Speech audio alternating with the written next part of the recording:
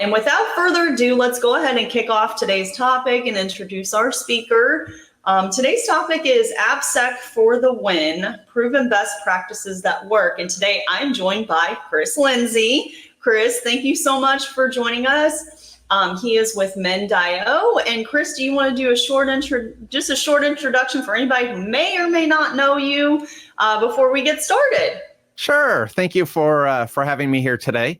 My name is Chris Lindsey, and my background really kind of helps lean into all the stuff that we're going to be talking about and doing today. I wrote software for over 35 years, and I have been in security well over 15 plus. I call it 15 plus, but realistically, it's at least 30 plus with all the development experience. I did run a security program for a very large enterprise, built it from the ground up. I am the host of Secrets of AppSec Champions podcast, so it's wherever you find your podcast or on YouTube. I am a community leader. I do a lot of stuff out there, and I put my LinkedIn profile out there. I spend at least half an hour to an hour every morning posting. I post easily 4+ posts a day or a week on both my personal and 4 additional ones on the open community. So we do a lot of amazing things. So thank you for having me here, guys. So let's dive in. So one of the things that I really wanted to do is let you guys know, hey, what are we doing, right? So we have our introduction. We're going to talk about fixed campaigns, which is something that when I ran a security program, I did and was extremely successful. I posted about this on LinkedIn. I've had a lot of people reach out and talk about that and ask, hey, what is this, the value that it brings? So I felt, hey, this is a best practice webinar. Let's talk about this, right? Let's bring all the best practices from those 35 years and all the security time. Let's bring it together. So we're going to really have a lot of fun digging in and talking about things from both the security development standpoint, and seeing how those work together and really, what really worked for me when I ran my program. We're going to talk about container security. We're going to talk about developer training, because no security program is complete without developer training. We're going to talk about developer best practices 101. It's going to be one of those things where I think you're really going to find it useful and enjoyable. If you're not a developer, you're going to learn a lot. If you are a developer, you're going to say, hey, we should probably be doing that, or hey, we're doing that and we're in good shape. So, there's going to be a couple outcomes that come from it. And then time allows Q&A. If we don't have time for Q&A, we will take your questions at the end, but put your questions in, please, because we will address them either live if we have time or email at the very end. So with that, let's get rolling. As you guys know, I always love talking about, bringing something up, a quote or something to kick off. So if you choose to not decide, you still made a choice. And that is Rush Neilpert. And realistically, with security, with development, if you decide to not make a decision on something, you've still decided. You decided to not do something. So think about everything as an opportunity.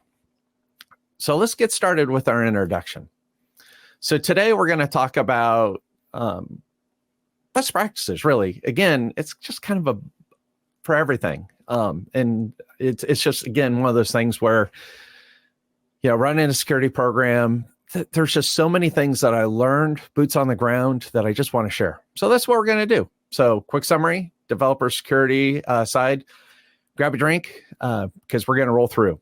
We're going to, again, fixed campaign, developer. I'm not going to go read the slide. You can read it. So with that, let's start talking about a fixed campaign, right? So what is a fixed campaign? Well, essentially this. You've got tools in your security team, and they're finding things and they're doing things, and you're reaching out to development, and development's going, hey, look, we're just too busy.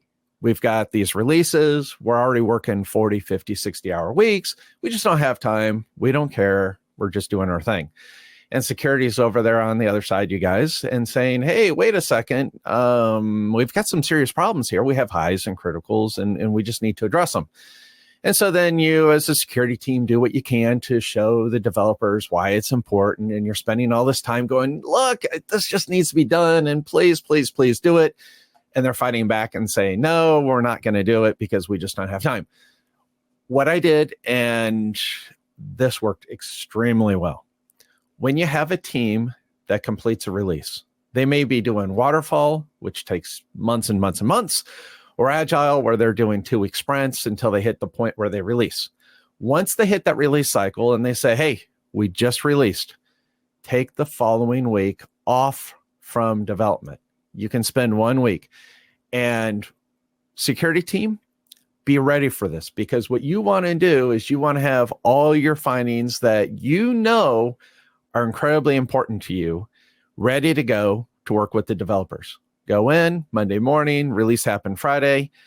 You go in, you sit down with them and say, here are the findings we have. We believe that these are accurate. The development team manager, the software architects, the product manager, they sit down and they divide it out amongst the group within the development team as far as, who knows what. If you have a junior developer, you don't want to hand them anything heavy. But on the other hand, if you've got senior guys, what you do is you just want to make sure that, hey, they can look at it and they can go, hey, this is something I can dive into. So now what you do is you spend 3 to 5 days going through that list. If you find something, you fix it, you do it. You don't just put it on a list for later. You actually do it during this week. Once you're done and you hit Friday, hopefully you've knocked out the vast majority of that list. And when you get to that point, you pass it through QA and you release it. And the reason why you release it is because anybody that's a developer knows that when you develop and you put something out there and it's ready to go and a bug happens and you need a hot fix, you roll everything back to make sure that you're actually at the release version of the source code so you can do the hot fix and get it out so that nothing sneaks. That's why it's in critical importance to make sure that once you actually do the fix campaign, you get through the week, you go through QA and you get it released.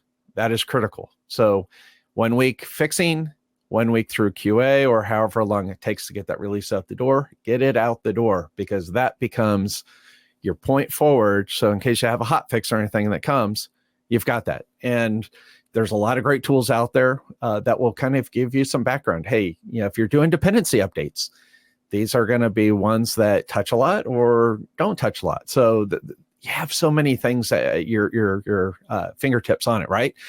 So once you get through this, you get it out the door, you've put a big chip in your security debt, which is great. And now you just, development team, go back doing what you do. Stay focused. Please don't create anything new. And that's part of the senior tech review. It's just making sure that nothing new is getting created. And typically that's what I did with my QA team. I worked with the QA director and said across all of the company, any new critical or high vulnerabilities that are created that are legitimate can't go to production. And so now you've set that level and now you've started kind of chipping away at future debt. So you're not just like fixing things and then throwing more coal on the fire, because now during this fix campaign, your developers learned, hey, these are secure ways to address these. So if they find them in the future, they're working on them. All right, container security. Let's talk about container security. Some of you guys are using containers, some aren't. So the right way to do containers, in my opinion, and this also worked well for me, is you look at the container registry. You say, this is a container I want to use. I want to pull it down. I want to make it part of my process. The value of containers is enormous. Now, the cost is high because using containers is not necessarily easy. It's not intuitive. For some people it is, some people it isn't. It just depends on the uplift. Let's assume that you guys are using containers. One of the things that you do when you're looking at containers is you find a container that you want to use or you're already using. New update comes out, you pull it down, put it in a sandbox, because is it malicious? Is it not? Who knows? Bring it in, you put it in the sandbox. You run your security scans against it. Did I find anything? Nope, I didn't find anything. Good. Start playing with it in the sandbox, but give it 2 weeks. Why 2 weeks? Because maybe the scanners aren't updated to find something that just came out. Or maybe it's a 0 day and nothing knows how to find it just yet. And so within 1 to 2 weeks, somebody is going to say, hey, that container is malicious and it needs to be removed or fixed. So at the end of the 2 weeks, You go back at the point you're ready to actually start using this in production. You go back, you look at it, and you ask the question, is it still in the same state that it was when I pulled it? Anybody complaining? Anybody saying anything's malicious? Hey, we're good. All right. Move it to an internal source. Inside that internal source, that's where your CI/CD pipeline pulls it from. Your developers and everybody pulls it from your internal copy. Just because you've validated and said it's good doesn't mean that you should be pulling it from the registry, because that bypasses everything. Take the copy that you feel is good and put it internally, point to it, and just use it. Now, if something does come up, keep the previous version and you just simply roll back. If something new does come out and you've had it for a couple of weeks and it is in production, do the same thing. Either roll it back or roll forward, but just be safe about it and just think about what you're doing. But just make sure you're revalidating against your software, right? Because, the container is just one part of the ecosystem. Your software that's being developed is still part of that ecosystem. All right. Taking a breath. All right. Like I said, we've got a lot of content. When I hit the best practices on the developer side, I've got a lot. So developer training, right? So one of the things that's going to happen is naturally when you do the fix campaigns, when your security team is working with the developer team and vice versa, because really education is on both sides. And as you guys are working through your stuff, your developers are going to start learning how to find things. Hey, this looks like a SQL injection. Hey, we're using eval in JavaScript, and eval is evil because it's command injection and you can do some really amazing things with it. I've got plenty of stories, and you know what? I love stories, so we'll hit this real quick. We found one on an application, and it was an unauthenticated, and it was on the front end login area. And this wasn't with my previous company. This was actually me helping somebody else. And so one of the things that we ran into was, we were talking through things, and they're like, "Hey, look, eval. All right, well, let's have a little fun." Ran Burp Suite and found that we could actually do anything. So we were sending ping commands through the eval, and we realized that it was actually coming from the server and not from the client side. Think about all the damage and think about all the things. If you can run PowerShell through there, do pings and things, it's wide open, right? You can download something malicious, you can kick it off, you can do whatever you want. So, when you start looking at this, your developers are going to learn, hey, this is the right way to address things. These are the right way to do things. But you really need to go beyond just that. To do a good training program, training means that when somebody is being onboarded within your company, you have your company best practices. From a developer standpoint, I always had them for every development team that I was part of, that I ran. Day one, new developer comes in, they go through all their HR stuff. They come in, they sit down at their desk for the first time on the first day at the last hour of the day. Here's a nice document. Welcome to the team. This document outlines our coding best practices. Here's how we do things within the team. This way, everybody is writing standardized format, standardized methods, so that if it's 3 a.m. and somebody has a wake-up call because the system's down and they have to go look at code, they can understand what they're looking at just basically out of a dead sleep. That's absolutely critical for success. If you have spaghetti code, guess what? It's not going to work, and it's absolutely terrible. So developer training from a security standpoint should start at onboarding. If they're there for a week doing the onboarding in the initial kickoff for 2 weeks or the first month, sit down with them. If you're using a third-party training education company, assign them their modules, assign them their things, and just start that way. Because if they have already been exposed to here's what SQL injection and command and cross-site script and stored and on and on and on, guess what? Now they know when they're working in the code, they're not creating new additional debt. And they also know that when they go to senior tech review, this is going to be addressed. It's going to be caught. It's going to be found. So why not just fix it and make sure that it doesn't find its way into production, or at least into senior tech review and potentially QA. So onboarding quarterly or every 6 months. And the tool that I used when I ran my program was amazing, because I could go through and it does not matter what language each developer was writing. I had over 30 plus languages. I could go in the tool and say, I want these different things looked at. as far as from a security standpoint. And so I would pick every 6 months a group of findings that I'm noticing across the company. And those were the ones that I would try to focus in. And regardless of the language, it would actually put it in their language and present it to them. And it was training. And once they were done, they took tests, and I could tell that, hey, are we moving the needle positively or stagnant or falling behind? And so that was extremely helpful to make sure that we were actually in a good spot. The other thing that was really fun that I always enjoyed doing was summer competitions. So what I would do is wipe the leaderboard and say, hey, look, here's what we're doing. I opened up everything for everybody, and I want everybody to go through and see who can get the highest score.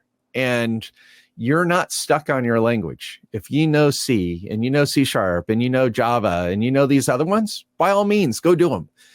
And it was always fun because the last time I did it, I had 10 prizes. Prize 1 was a PlayStation 5. And what was really cool about it is you get, the younger generation that's all into gaming, that's just really into it. Man, it was fierce. You had guys taking languages that they're not doing, but they were doing really well. And so you're incentivizing and driving that learning of security, which was very invaluable. To them, it was great. It was gamification. But to you, on the security side, what was really good about it was I actually had a view of virtually the entire development community within my company and what they know or not know and where they're lacking and struggling. And that is absolutely invaluable for the security team to know, because when you know where the gaps are, now you know where to work. And you did it in a way that they enjoyed it. They had fun. They got gift cards. They got things. And you, on the other hand, you were able to find all this information from a security standpoint. You now have a better threat risk management idea of what's going on in your environment. All right, let's go a little further with it. Developer training for SAST, DAST, SCA. Pick your tool of the choice. I mean, it's beyond that, right?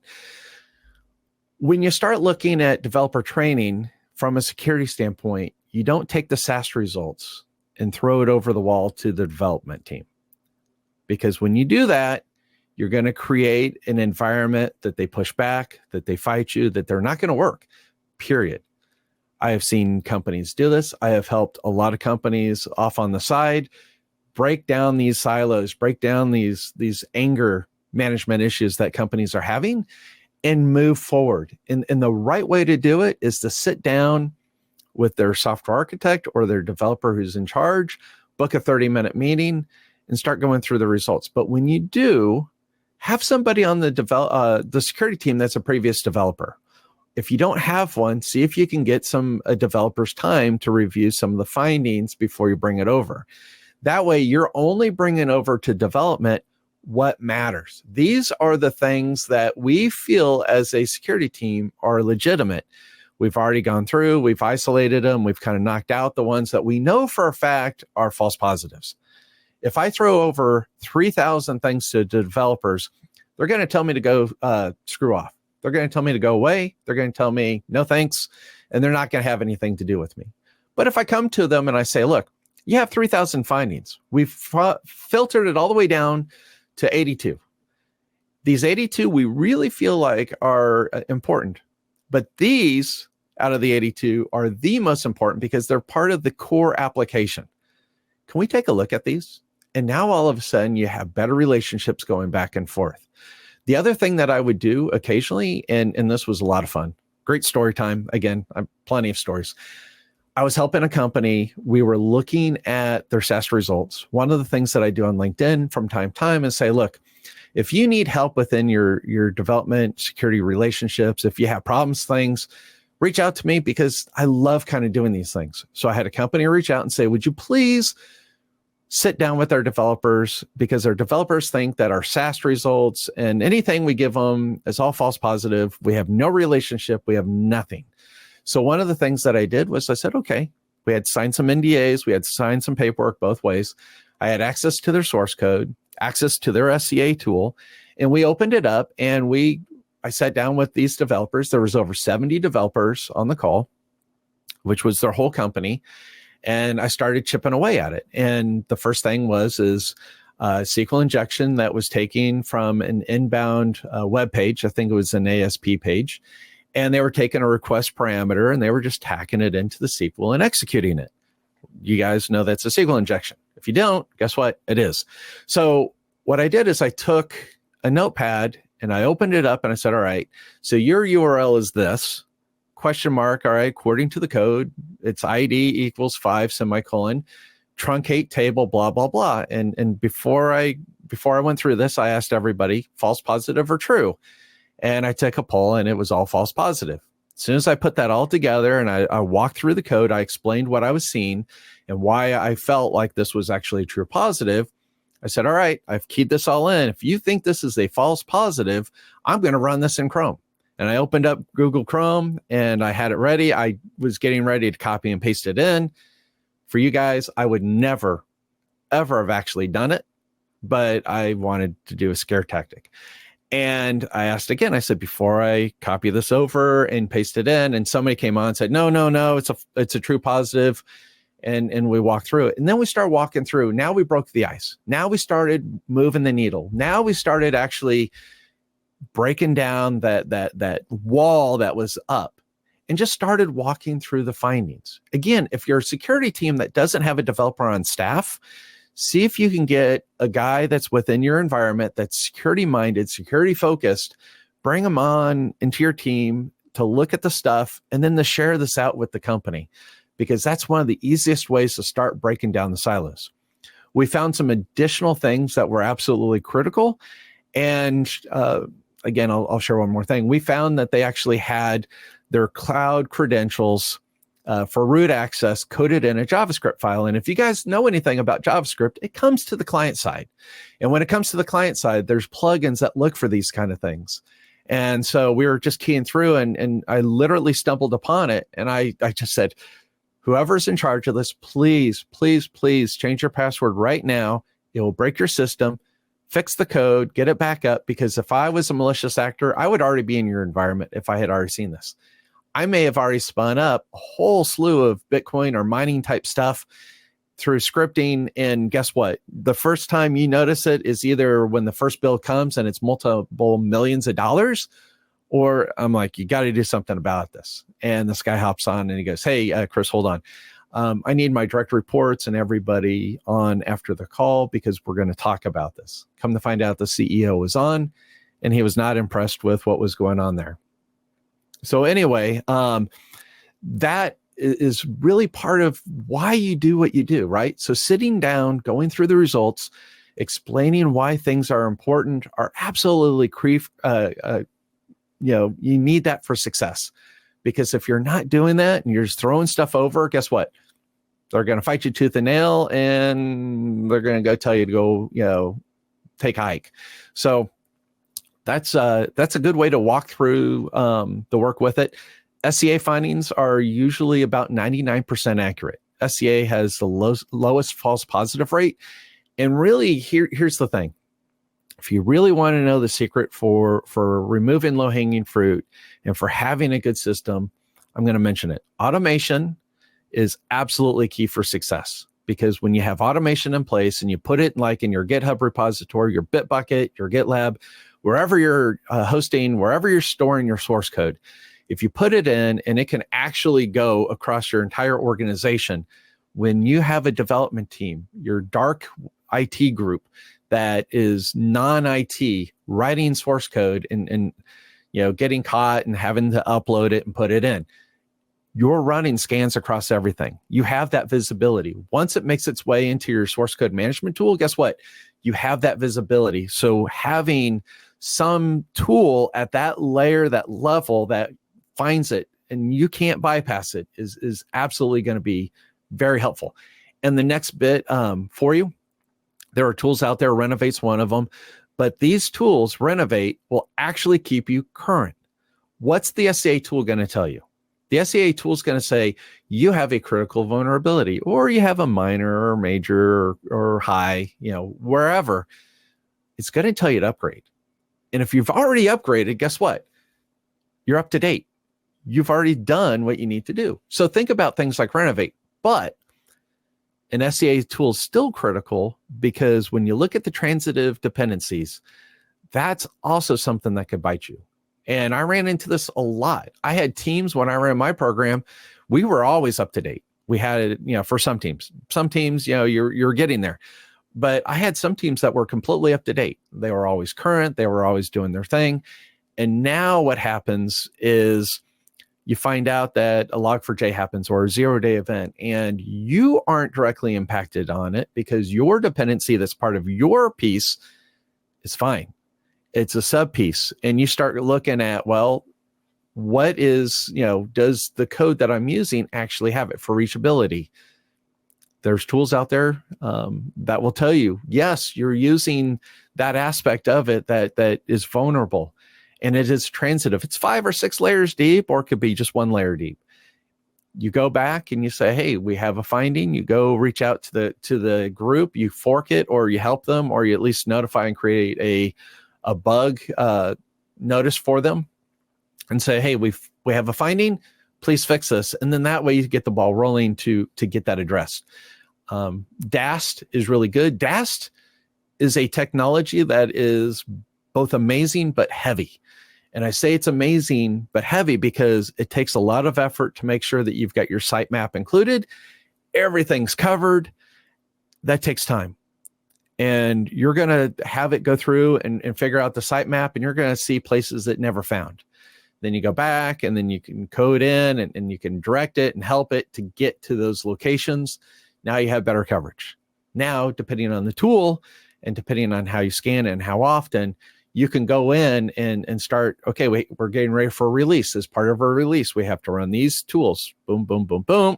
We have our results. Can we go to production? Does QA sign off on our security risk? Do we need to get something through the security team to get an approval to get to production because we have a finding that, we can't avoid and it's a hot fix, and, which is the worst two evils. So that all plays in, but DAST is a great tool because, the findings are essentially like an automated pen test. And don't forget pen testing, because pen testing is absolutely critical for success too. All right. I've had a lot to say, but I've got a lot more to say. So this is where I'm saying, buckle up. Let's take a ride. So I'm going to go down a little bit more of a development side for a little bit, but I am going to be talking about both sides, the security as well. So don't check out because, man, we've got a lot to do. So, all right, let's talk about this server-side validation, right? APIs. I posted about it. I talked about it. 15 plus years of an API being out in production, never being compromised. And it was a funny post where I actually wrote a whole paper about how I accomplished this. And so I have a newsletter on AppSec Hive. And I talk about it and I lay out what I did. And one of the things that I did, and I'm just going to share it so I can, you can read it, go back and look at it. But what I did is I just validated every piece that came in. I treated everything from the front end as dirty, validated everything. If I found anything that was wrong, I simply threw it away. I logged it and threw it out. Don't try to fix it. I can tell you from too many conversations, I have gone through and told groups, myself, I have helped other companies talk to their development groups. If you have something that fails API validation, it's either because somebody's doing a man in the middle, they're doing something malicious, or they're doing a site-to-site communication with you, which is legitimate, but they're passing in something that's wrong, which means it's wrong on their side or something that's happening. So if you have a 15-character field that's coming in and it exceeds 15 characters, you throw it out.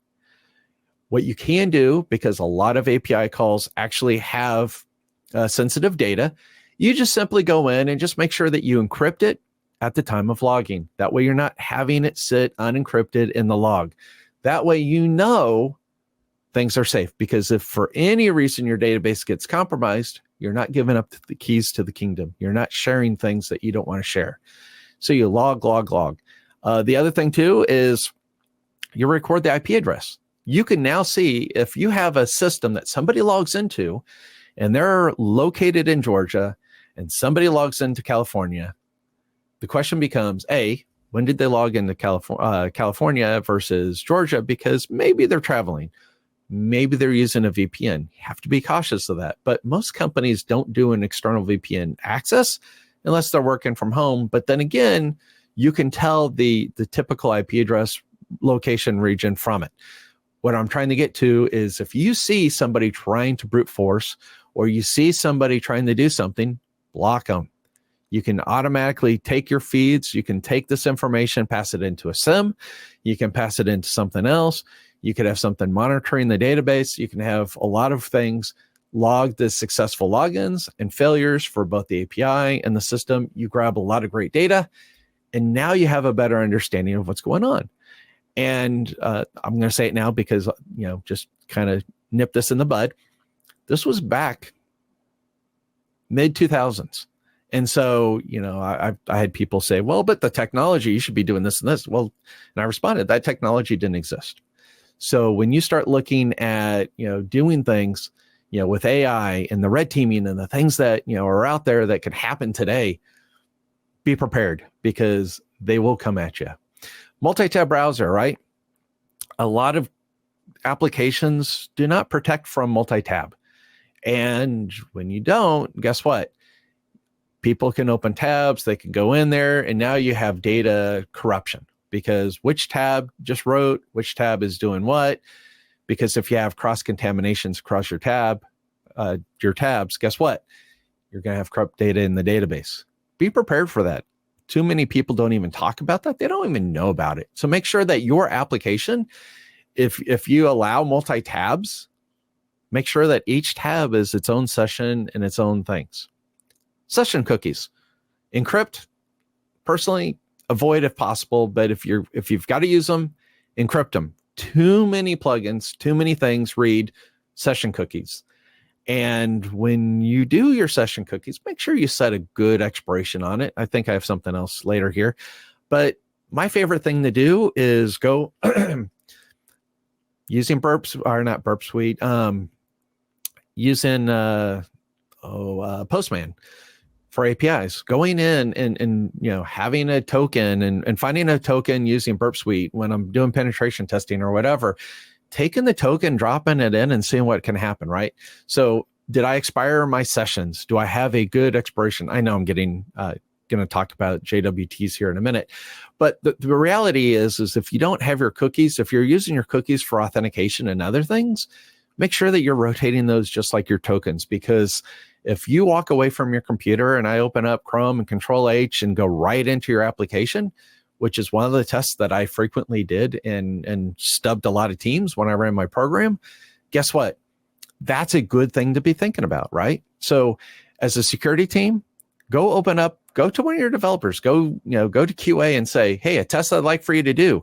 Go through, do your walkthrough, close out of Chrome altogether, open up Chrome or open up a new tab and make sure that you've logged out or whatever, or better yet, you're in there and you just hit the close button on the top to get out of the browser because nobody ever logs out. See what happens after an hour, after 2 hours, 3 hours. What is your timeout?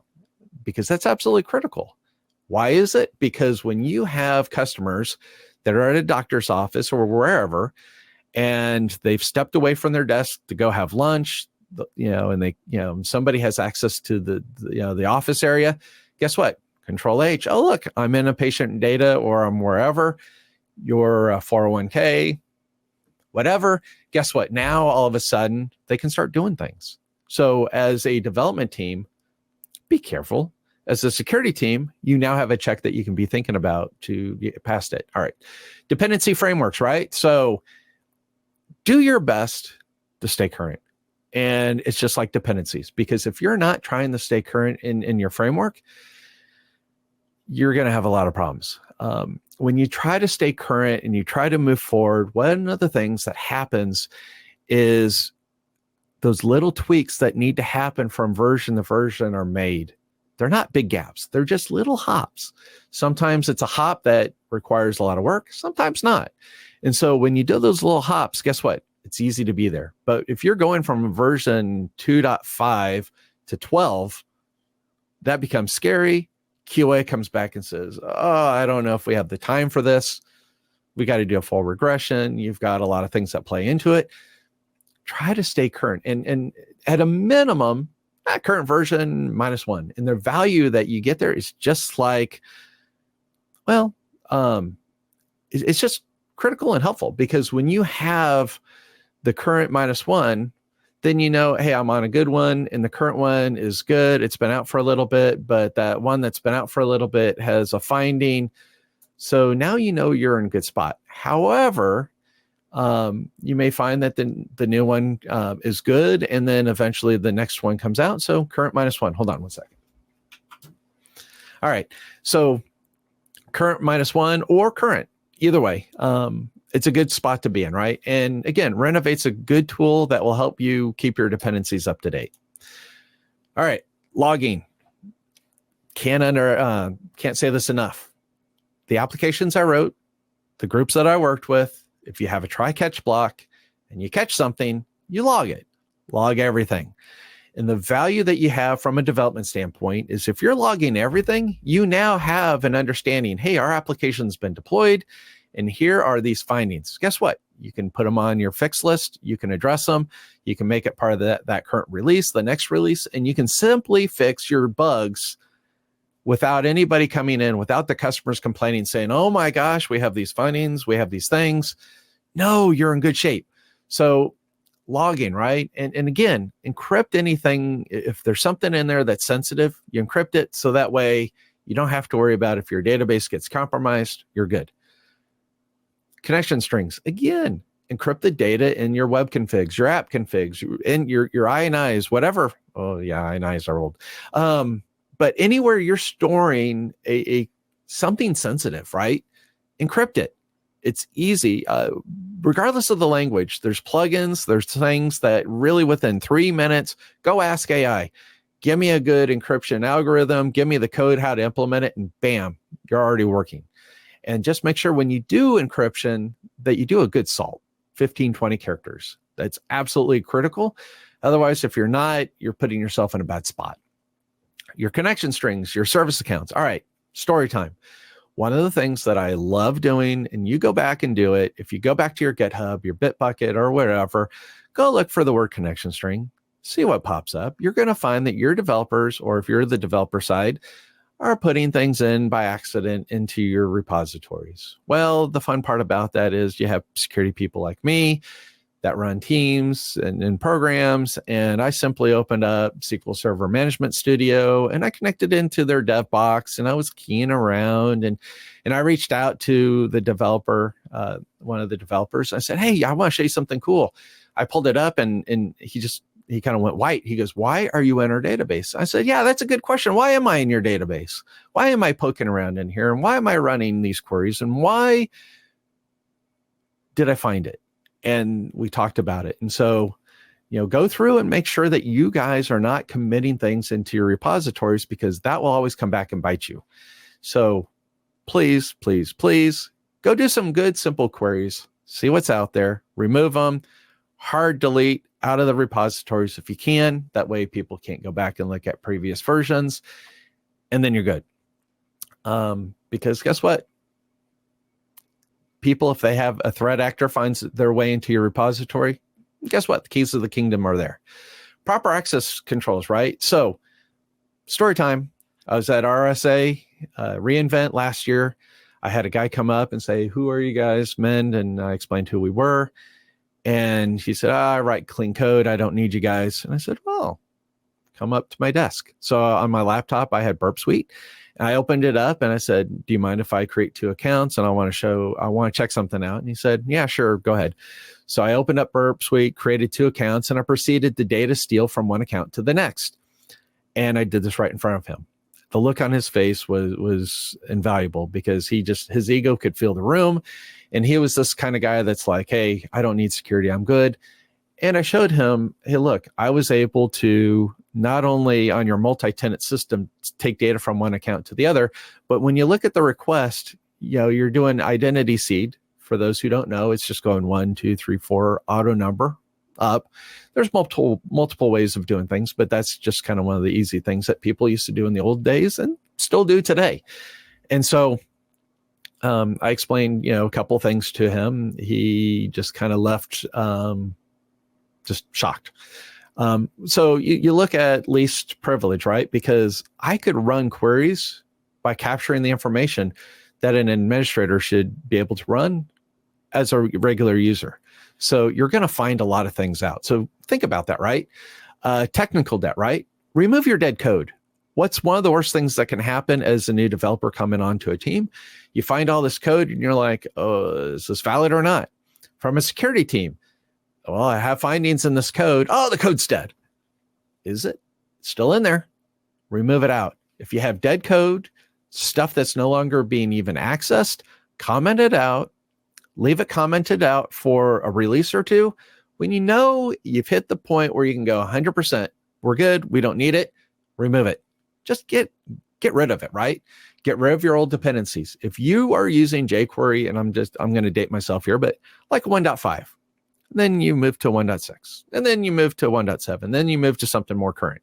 You keep these jQuery files in your folder, in the source code management tool folder, like GitHub, GitLab, all that. What's going to happen is a lot of your security tools are going to find things and go, guess what? We have a hit on Log4j. Oh, we don't use Log4j. We removed that. Did you? The files are still there. Did it make it to production? Your files, yeah, you might not be pointing to it, but if that file sits out there, it could still be called. I could drop code in. Maybe I found a way to upload stuff. I could, there's an upload bug. I can, put it up there and do directory transversal and drop things wherever I want and start executing it, right? So you start thinking about that and you go, wait a second, we got to do something here.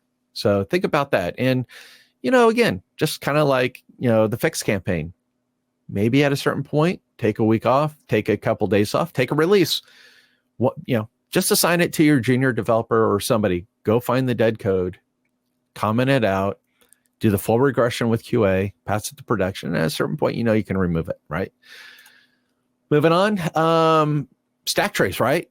One of my favorite things is once you start breaking systems and you start getting a system broken, right? You do brute force, you do something, you do a denial of service, you start doing things, you start passing things in through SQL, and you start breaking the system, right? The try-catch block is working. Bam, I caught something. When you're not properly handling that information and that stack trace finds its way to the front end, guess what? It tells me two things. Did you compile for .NET? Did you compile in debug or release? Because debug will tell me the line number and every little bit of detail that I need to know to get there. If it's in release mode, I don't have all the data, but I still have a lot. Sending stack trace to the front, being able to view the stack trace, even hiding a stack trace in a JavaScript, it comes back, it hides. I mean, be honest with you, there's so many free tools out there that can traffic and look at the traffic going back and forth between your website and the servers. Things are already doing it. You should be doing that. You should be looking at what data is coming back, what data is there. You may not be showing it on the screen, but it still may be coming back. Never let it leave the API, the back end. Never, ever, ever, because you're just sharing stuff, right? Again, log all errors, return everything properly. If you have a failure that happens on the back end, you know what? As far as the customer is concerned or a user, hey, something has happened. I'm sorry, we've got to relog you back in. Or I'm sorry, I failed to make the save. Something bad happened. Try again, or exit out and try again. You could be friendly to the front end and say, look, something bad happened. On the back end, it could be crisis mode, right? Something, your server may be down, or who knows what it is, right? But you can have something going on. Just be nice. Give something friendly to the front end saying, guess what? Something bad happened. I'm sorry. Try again. Try saving. On the back end, you log all that information, because as a developer on the development side, you now know what's going on. Hey, something bad's going on. Somebody's malicious. Somebody's in our system. We can now track it. We can now know it. Email communications, right? All right, fun story. Here we go again. So there's a chain across America, I will not use names, Kids Place, where you go in and play games and eat pizza. If you have kids, you know exactly what I'm talking about. They had a game that went to the iPad, and you could earn tickets. And at the time you were done, you can send the tickets to your email and take it and print it and go in and collect your stuff, just like you were doing skee bowl or whatever. So I did that. My kids, I don't remember the number, like 187 tickets or whatever. We were going in there. And so we sent the email and I said, oh, look, HTML. So I printed it out, 187 tickets, but then I started having a little fun with it. I said, well, let's change that, let's tack on a 3 in there, right? So now all of a sudden it's, 3,000 plus tickets. And then just kind of for fun for my kids, I made it over $1 million or 1 million tickets. And I said, all right, here we go. And I showed them, I'm like, look what happened. And their eyes got really big. I said, yeah, let's go in and say, we'll take the whole lot. Really what I'm trying to say is when you have email communications that are going out, make sure that if you have anything that's sensitive, anything that's important for your end users to see, to get to or whatever, make sure that you're either putting it in a format that cannot be changed or modified, or put it in hey, something important has come. We have an important message for you. Please log into your system to see the answer, to see what's going on. Be careful, be cautious, because in today's world, you have so many account takeovers and things that happen there. You don't know who's receiving this information. Is it really the user? Is it not? Is it an account that somebody shut down and somebody got the same email address later on and now you're sending them stuff? Who knows? There's so much that goes into it. So make sure that you're doing it. I always talk about sending a clear text link. Send them a link in clear text, not a hyperlink that they can hover over, but just give them, hey, here's something, copy and paste it in. I can make it easy and make it clickable. Yeah, and something intercepted that and made it a link to something that's not where it's supposed to be going, somewhere in the middle, without realizing it. Because again, once it leaves your environment, you don't know what's going to happen at the customer end. So send it in clear text, make it so that they can copy and paste it and put it in, and just be smart about it, right? Be safe. And it's just too easy to modify and move on. All right, so moving forward, passwords, right? Here's the deal. The longer the password is, the better off you're going to be. One of the things, and I posted about this on LinkedIn, do 15 characters. And you go, wait, grandma can't remember 15 characters. I can't remember 15 characters. Why are you telling me 15 plus characters? Well, you know what? You remember sentences, right? That's easy enough to do. Take a sentence and then remove a character or two randomly somewhere in that sentence. By doing that, guess what? Now the dictionary text is not going to work. The brute forces are not going to work. All the things that you're doing are not going to work. You're in a great spot. And that puts you right where you want to be. If you have 15 plus characters, a lot of systems will not force you to reset the passwords because they actually are so good and so, put well there, you're okay. But one of my fun things that I did, have I been pwned? It's a website. You can go out, you can key in your email address, you can key in your passwords. You can know, is this a compromised value? Well, guess what? They just keyed it in. You have it in clear. You still have access to it if you don't salt it or do things on the front end, depending on how you wrote it. Maybe you make a quick call out to have I been pwned and go, has this been pwned? Hash it. Send it out hash. Don't ever send it out in clear text. Bad. But hash it, send it out, because you can ask and send the information over to have I been pwned, and it'll come back and say, guess what? This password has been compromised. Or you don't even need to do that. You can download those lists, store them locally, which was how I started. And I had millions of passwords that were breached. And if a user typed something in that was on that list, and I hashed it, so I never knew it. Once the person typed it in, it was gone. I had no chance of knowing it. But you do that, you take the hash, you look against it and go, hey, guess what? Your password is on a list that's been hashed. I need you to change it. I'm sorry, it's inconvenient, but I need you to change it because your username is also known. Double whammy. You got to change it. No questions asked. Or when someone's changing a password, go check it out and say, okay, you just typed this in. We're going to go change it in our system. Is it on that list? Oh, I'm sorry, it's on that list. I need you to change it again. I'm not going to allow that password to come in because, again, you have the rainbow tables. You have ways to be able to detect what's going on. All right, kind of starting to run out of time, and I've got another screen. So multi-factor, right? Turn it on if you have it. If you don't have it, put it in, because guess what? It needs to be there. And cell phones, right? These little guys, if your application can go to it, make sure you lock the screen. you could do a thumbprint or something like that to unlock your application and move forward. Because if you're not doing that and you're a healthcare provider and you leave your phone unlocked at somebody's house, guess what? They can go in and they're in your application. Guess what? Because maybe you didn't log out or didn't have good things. Timeouts, reauthentications. My guys hated me, hated me. And the reason why, thinking back, I should have been a little bit nicer, but I said 5 minutes. That token is good for 5 minutes. After 5 minutes, it's gone. You got to reauthenticate. Now, does reauthentication mean that the user has to key in the username and password to get back into the system? Absolutely not. You can create a token that's good for 24 hours, but it expires. The session token expires after a certain time, and you just reauthenticate automatically on the back end. Because you have the current token, you have the ability to do so. You've got the information. There's parts and pieces. If you're doing JWT, you just simply do it on the back end. Nobody knows on the front end. It's a good customer experience. And from a security standpoint, guess what? If I'm a man in the middle and I've now decrypted your stuff, are they really going to get all that information within 5 minutes or less? Typically not. You really do create a safe environment. Common vulnerabilities, right? Injection attacks, SQL command, parameterized queries. Use just when you see that, do prepared statements, do SQL stored procs where you pass the information in. And just going to nip this in the bud right now. If you are doing stored procs, do not do dynamic stored procs on SQL Server, Oracle, or anywhere else. Just because you hit the stored proc doesn't mean that it's still good. You have to do a good query inside to prevent SQL injection. That's important. Cross-site scripting, cross-site request forgery, use anti-CSRF tokens are important. Broken authentication is hugely on the list. Sensitive data exposure. Too many people are releasing data, SQL injection. Too much fun. I can go on and on and on. Additional broken access control, right? I can grab stuff I shouldn't be able to. Bad.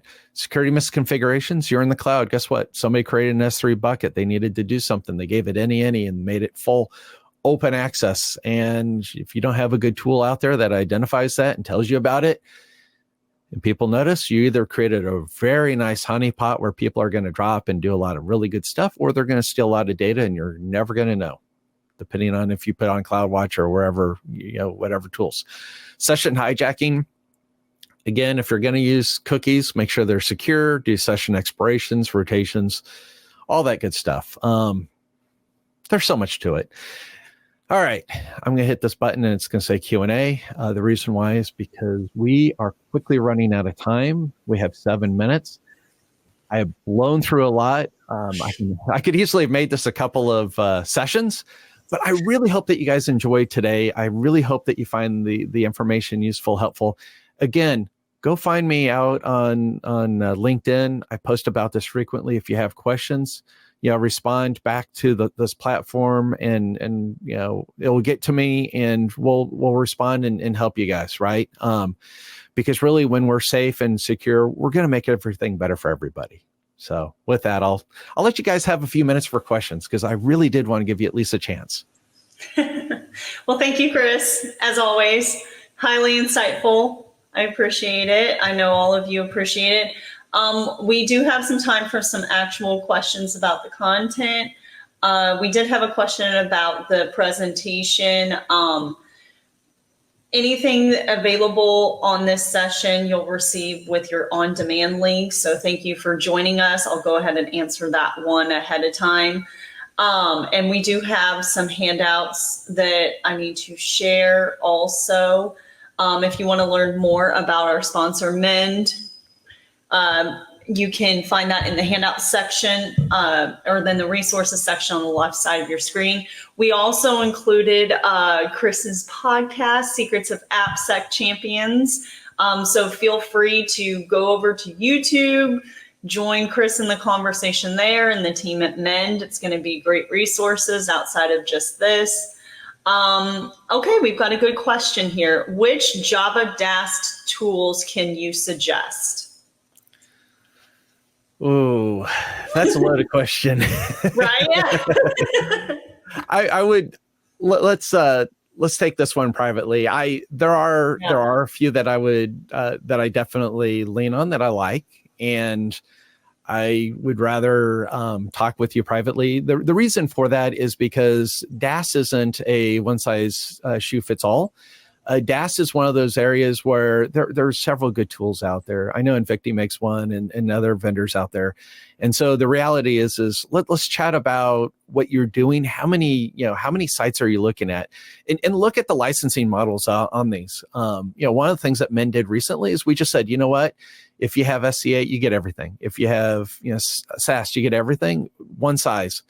You get everything, because it's just important to be out there and have everything. And for DAST, depending on what you're trying to do, I do have options, and I can certainly help you there. But hit me up privately on this. Yeah, that's a good one. And we also included Chris's LinkedIn in the resources section. So feel free to connect with Chris. He's a great resource to have in your network, learn from, talk to, etc. So feel free to do so.